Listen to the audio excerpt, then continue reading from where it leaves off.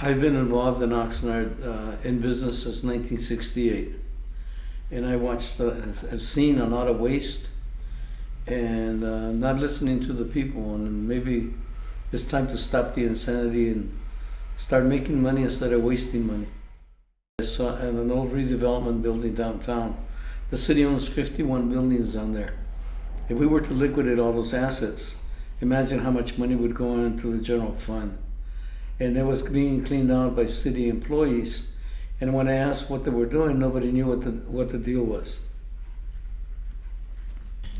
So we need to stop holding people accountable.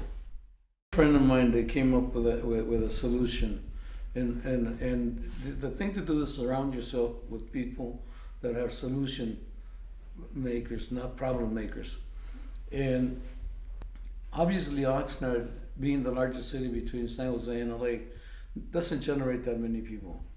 But the thing that Gracie came up with is to identify them.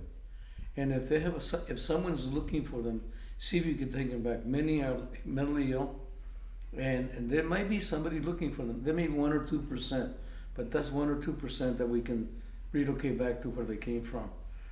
Then along with it comes in, and they found out in Vegas is that a lot of people that are crooks mingle with them. What a better way to disguise yourself than to pretend that you're homeless? So, and we have places here in Oxnard, and what I want to know is what their mission statement is.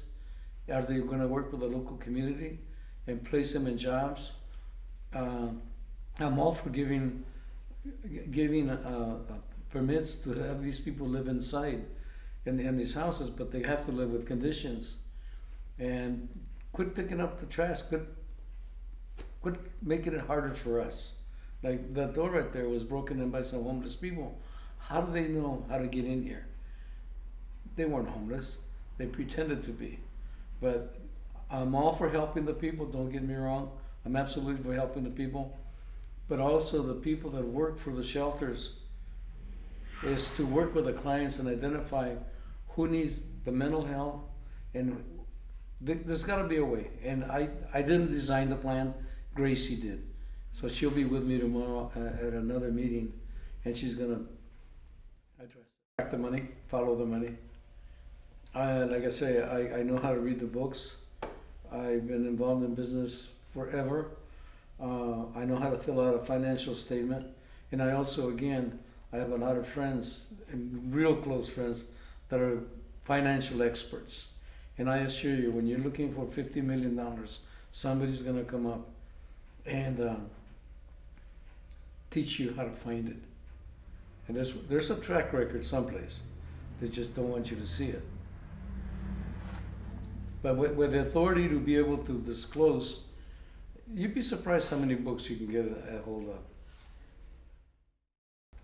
of. One of our biggest problems we have is the rerouting of the trucks in Oxnard Boulevard. Oxnard Boulevard is no longer Highway 1. Millions of dollars were spent on the intersection of Highway 101 and Rice, and Highway 1 and Rice, and to reroute the traffic.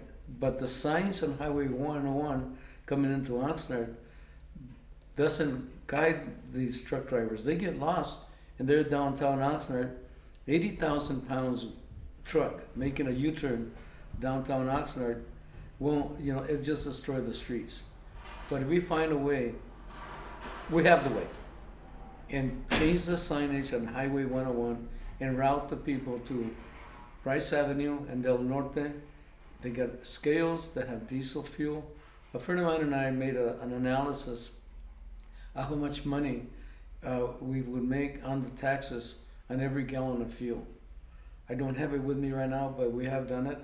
And the other thing would be to save money with the city vehicles, is to put an above ground gas tank at the city yard and monitor how many miles all of these city vehicles. If I send you to a park to cut the weeds and you put 40 miles in that day, come on, something's wrong with this picture.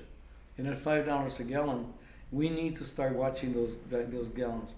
And as a entity of its own, the city of Oxnard can buy fuel at a cheaper price than you can at the local gas pump. I'm not taking business away from the local gas pumps and the gas stations, but I'm here to save money for the public.